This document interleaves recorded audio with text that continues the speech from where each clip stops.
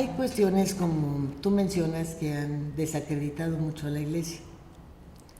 Pero yo creo que lo primero que tendríamos que observar, sobre todo cuando dices no me gusta juzgar, es que pues está compuesta de seres humanos y de que así como de repente consideramos a los santos como deidades, como divinidades, y no lo son, son meros correos, ¿no?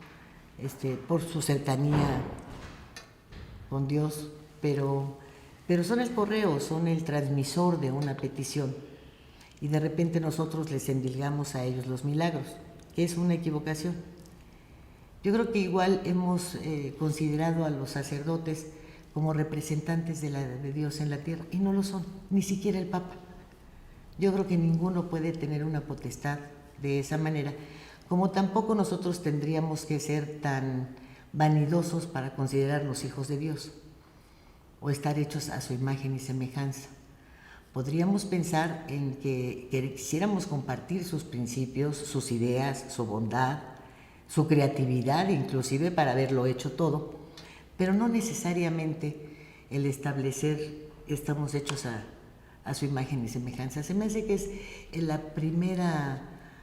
primer brote de vanidad absurdo que tenemos en el catolicismo, y yo no sé si en alguna otra religión. Pues de vanidad o de realidad, porque ese tema efectivamente es muy, muy discutible. Yo también, y a mí lo que me da muy buen resultado es separar la institución iglesia de la dentro de la iglesia, la jerarquía eclesiástica de la fe.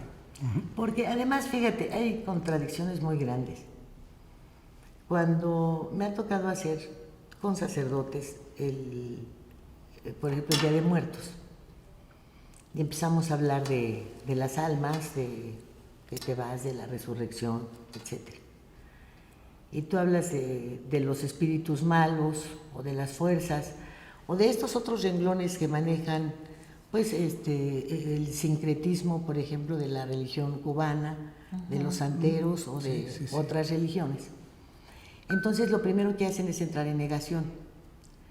Cuando tú le dices, entonces explíqueme qué hace el grupo tan avanzado, tan estudiado dentro de las universidades que tiene el Vaticano en todo el mundo, estudiando religiones y estudiando el exorcismo. Si no existieran esos espíritus a los que ahora usted está negando, los exorcismos no existirían. Claro. La iglesia no. Entonces entran así, ¿no? Luego tú les dices, bueno, ¿cómo cambió la iglesia de los suicidas, a los cuales no se les permitía entrar al Camposanto? Los Camposantos antes pues eran propiedad de la iglesia, todos los panteones. Y entonces ya ves que eran enterrados de pie o de cabeza, pero fuera del Camposanto. Era un pecado suicidarte. En otras culturas como la maya, hay una diosa del suicidio. Hay otros que consideran que los suicidas mayas, por ejemplo, eran hombres extremadamente valientes, por eso porque se habían resistido a la conquista y por eso se suicidaban. Entonces eran hombres valientes. En el caso de la iglesia, todo fue cambiando. Pero si tú les preguntas qué pasa con el primer suicida de la historia, con Judas, no te saben decir qué pasó con él. Nadie sabe, ¿no? Bueno, de la historia del catolicismo, del cristianismo. Sí. Si tú ves el Viejo Testamento, no hay suicidas. Sí, hay masacres, no hay suicidas. Así es. Bueno, entonces, allá te vas.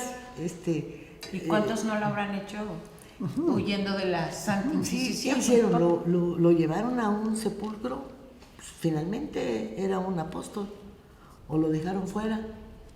¿Qué hicieron con Judas? Como nadie sabe qué pasó después con José. De ahí lo maravilloso del Evangelio según Jesucristo de Saramago, cuando dice que le robaron el burro, ¿no?